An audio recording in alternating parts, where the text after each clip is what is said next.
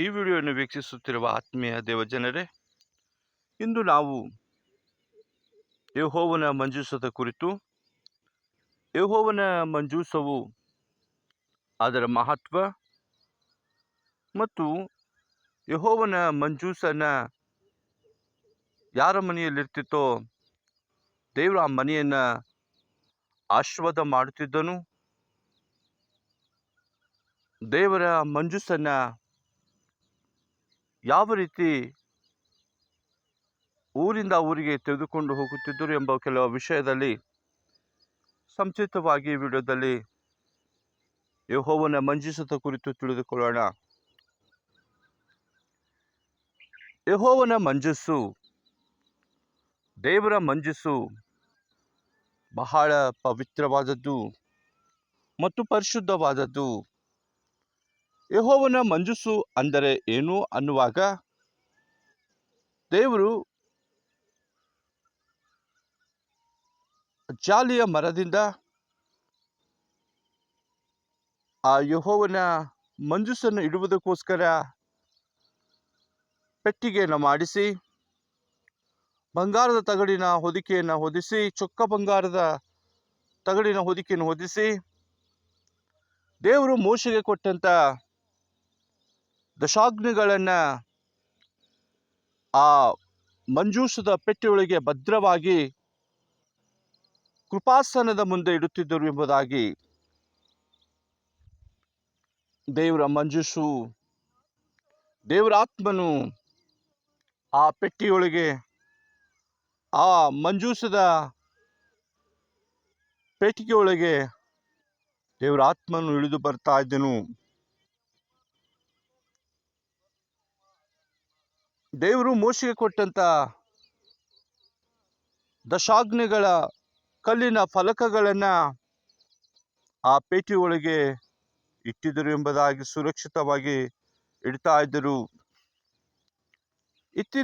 ಇತ್ತೀಚಿನ ದಿನಗಳಲ್ಲಿ ಪ್ರಿಯ ದೇವ ಜನರೇ, ದೇವರ ಮಂಜೂಷವು, ಯೆಹೋವನ ಮಂಜೂಷದ ಪೆಟ್ಟಿಗೆಯು, ಅದು ದೇವರ ವಾಕ್ಯಗಳಿಂದ ಕೂಡಿರ್ತಕ್ಕಂಥ ಒಂದು ಪೆಟ್ಟಿಗೆ ಆಗಿತ್ತು.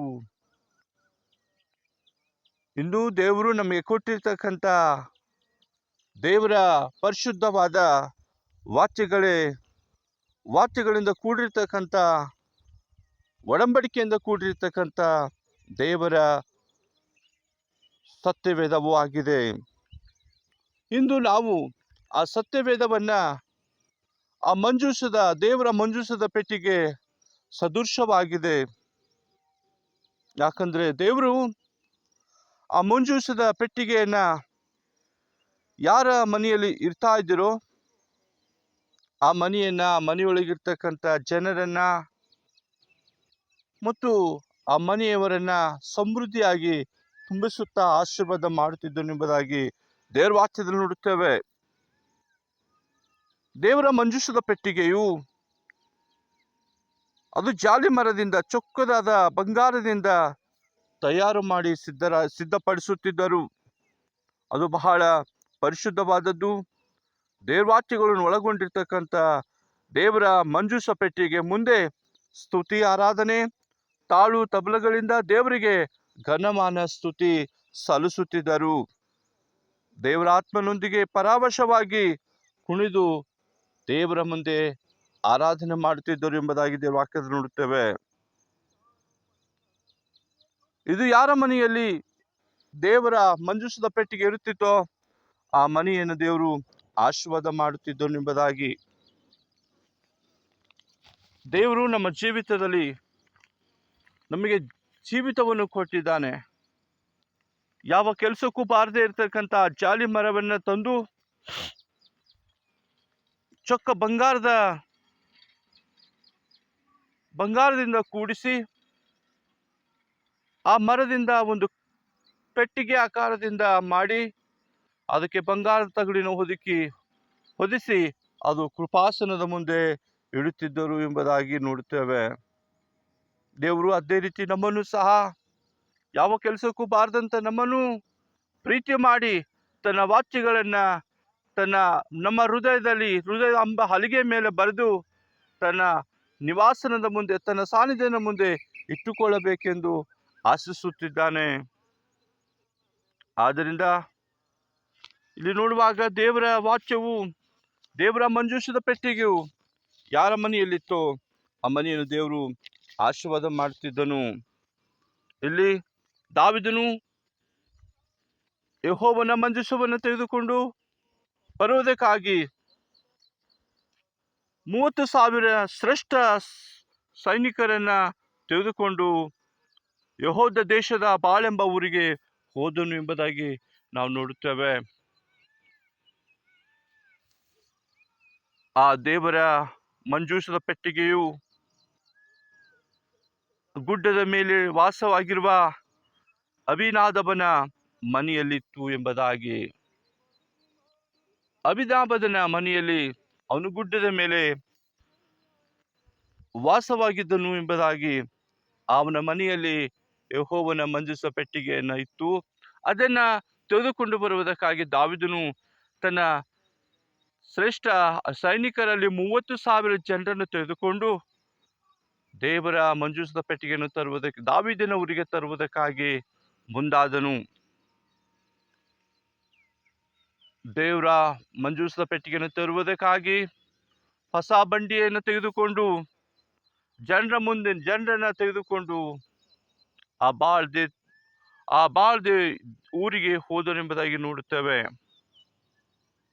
ಅಲ್ಲಿ ಅಭಿನಾದಾಬನ ಮಕ್ಕಳಾದ ಉಜ್ಜೀಯನು, ಅಮೋಹನಿಯನು ಮುಂದೆ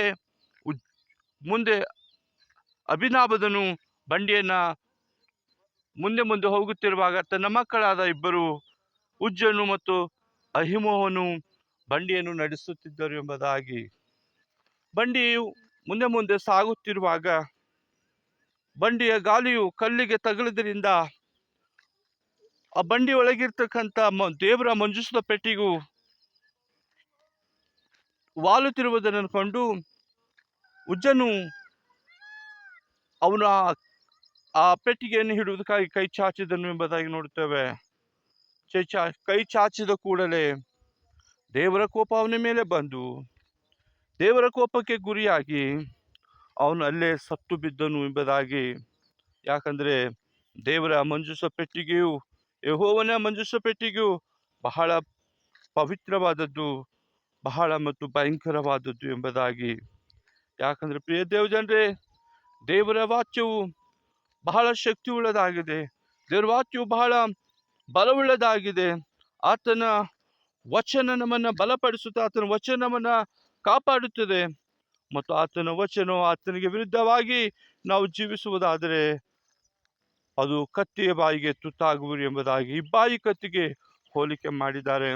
ಇಲ್ಲಿ ದೇವರ ಮಂಜೂಷದ ಪೆಟ್ಟಿಗೆ ಪವಿತ್ರವಾದ್ದರಿಂದ ಆ ಪವಿತ್ರನಾಗಿರ್ತಕ್ಕಂಥ ಆ ಉಜ್ಜನನು ಕೈ ಹಾಕಿದ ಕೂಡಲೇ ದೇವರ ಕೋಪಕ್ಕೆ ಗುರಿಯಾಗಿ ಅವನು ಅಲ್ಲೇ ಸತ್ತು ಬಿದ್ದನು ಎಂಬುದಾಗಿ. ಇದನ್ನು ನೋಡಿದ ದಾವೀದನು ಭಯಪಟ್ಟು ತನ್ನೂರಿಗೆ ತೆಗೆದುಕೊಂಡು ಹೋಗಬೇಕಾಗಿರ್ತಕ್ಕಂಥ ಯೆಹೋವನ ಮಂಜೂಷನ್ನ ಅಲ್ಲೇ ಓಬೇದೆದೋಮನ ಮನೆಯಲ್ಲಿ ಇಟ್ಟು ಮನೆಗೆ ಹೋದನು ಎಂಬುದಾಗಿ ನೋಡುತ್ತೇವೆ. ಇಲ್ಲಿ ನೋಡುವಾಗ ಓಬೇದೆದೋಮನ ಮನೆಯಲ್ಲಿ 3 ತಿಂಗಳವರೆಗೆ ಯೆಹೋವನ ಮಂಜೂಷ ಪೆಟ್ಟಿಗೆ ಇದ್ದುದರಿಂದ ದೇವರು ಓಬೇದೆದೋಮನ ಮನೆಯನ್ನ, ಮಕ್ಕಳನ್ನ, ಅವನಿಗಿರ್ತಕ್ಕಂಥ ಎಲ್ಲದರಲ್ಲೂ ದೇವರು ಆತನನ್ನು ಆಶೀರ್ವಾದ ಮಾಡಿ ಬಲಪಡಿಸಿ ಜನರಲ್ಲಿ ಶ್ರೇಷ್ಠವಾಗಿಸಿದನು ಎಂಬುದಾಗಿ. ಇದನ್ನ ತಿಳಿದಿರ್ತಕ್ಕಂಥ ಈ ಅಭಿನಾದಾಬನು ಶ್ರೇಷ್ಠವಾದದ್ದನ್ನು ತಿಳಿದುಕೊಂಡು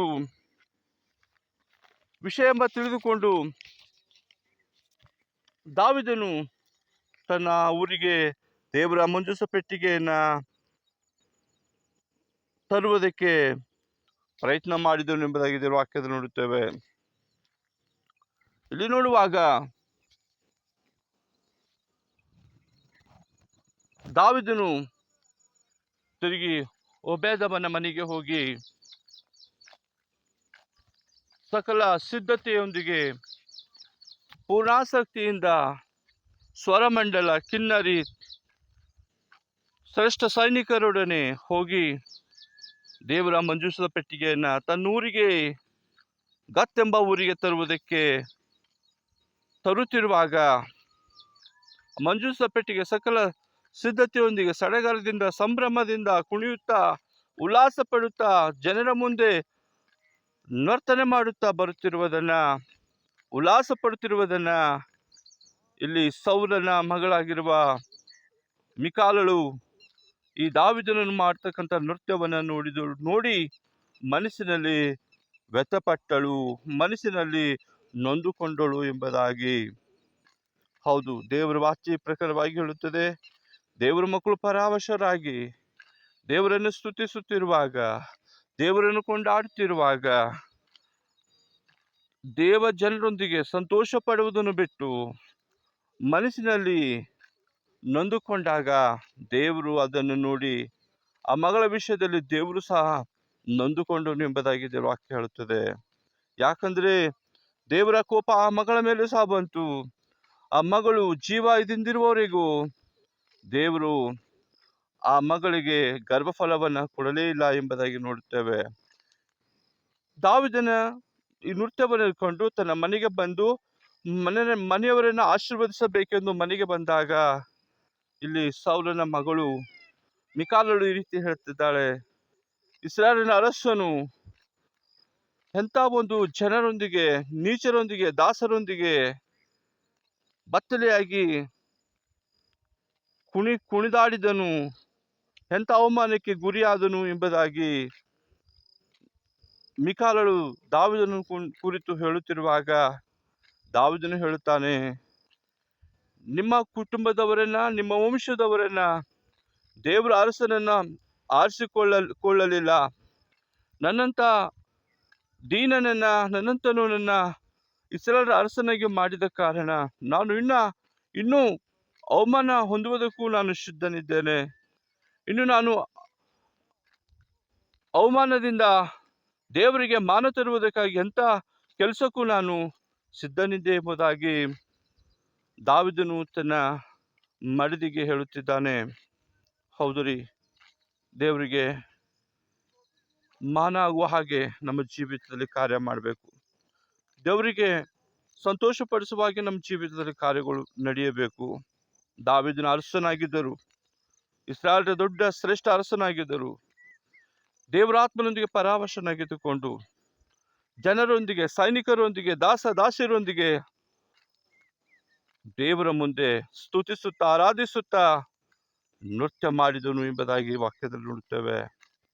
ಹೌದು, ಇವತ್ತಿನ ಈ ಜೀವಿತದಲ್ಲಿ, ನಮ್ಮ ಜೀವಿತದಲ್ಲಿ ದೇವರು ಮಂಜೂಷ ಪೆಟ್ಟಿಗೆಯನ್ನು ಕೊಟ್ಟಿದ್ದಾನೆ. ಆ ಮಂಜೂಷ ಪೆಟ್ಟಿಗೆ ಅಂದರೆ ದೇವರ ವಾಕ್ಯದಿಂದ ಕೂಡಿರ್ತಕ್ಕಂಥ ಸತ್ಯವೇದವಾಗಿದೆ. ಯಾರ ಮನಸ್ಸಿನಲ್ಲಿ ದೇವರ ವಾಕ್ಯಗಳು ನೆಲೆಗೊಂಡಿರ್ತವೋ, ದೇವರ ವಾಕ್ಯವು ಪವಿತ್ರವಾದದ್ದು ಪವಿತ್ರ ಹೃದಯದಲ್ಲಿರ್ತದೋ, ದೇವರು ಅಂತ ಕುಟುಂಬವನ್ನ, ಅಂತ ಜನರನ್ನ, ಅಂಥವರನ್ನ ದೇವರು ಆಶೀರ್ವದಿಸಿ ಮುನ್ನಡೆಸ್ತಕ್ಕಂಥವನಾಗಿದ್ದಾನೆ. ಹೌದು, ದೇವರ ವಾಕ್ಯವು ಹೇಳುತ್ತದೆ, ದೇವರು ವಾಕ್ಯಗಳು ಜೇನಿಗಿಂತಲೂ ಶ್ರೇಷ್ಠವಾಗಿವೆ, ರುಚಿಯಾಗಿವೆ ಎಂಬುದಾಗಿ. ಹೌದು, ಆ ವಾಕ್ಯಗಳನ್ನ ತನ್ನ ಜೀವಿತದಲ್ಲಿ ಅಳವಡಿಸಿಕೊಂಡು ಜೀವಿಸುವಾಗ ಆ ಮಂಜೂಷದ ಪೆಟ್ಟಿಗೆಯು ಯಾರ ಮನೆಯಲ್ಲಿತ್ತು, ಅಂದರೆ ಯಾರ ಮನಸ್ಸಿನಲ್ಲಿತ್ತು, ಯಾರ ಹೃದಯದಲ್ಲಿತ್ತು, ಹೃದಯ ಎಂಬ ಹಲಿಗೆ ಮೇಲೆ ದೇವ್ರ ವಾಕ್ಯಗಳು ಬರೆಯಲ್ಪಟ್ಟಿತ್ತು, ಆ ಮನಸ್ಸುಗಳನ್ನು ದೇವರು ಸಂತೋಷ ಪಡಿಸಿದನು ಎಂಬುದಾಗಿ. ಅದಕ್ಕೋಸ್ಕರ ದೇವರ ಮಾತನ್ನ, ದೇವರ ವಾಕ್ಯಗಳನ್ನ ನಮ್ಮ ಹೃದಯದಲ್ಲಿ ಅಳವಡಿಸಿಕೊಂಡು ದೇವರ ಆತ್ಮನಿಗೆ ನೋವುಂಟು ಮಾಡದೆ ದೇವರಿಗೆ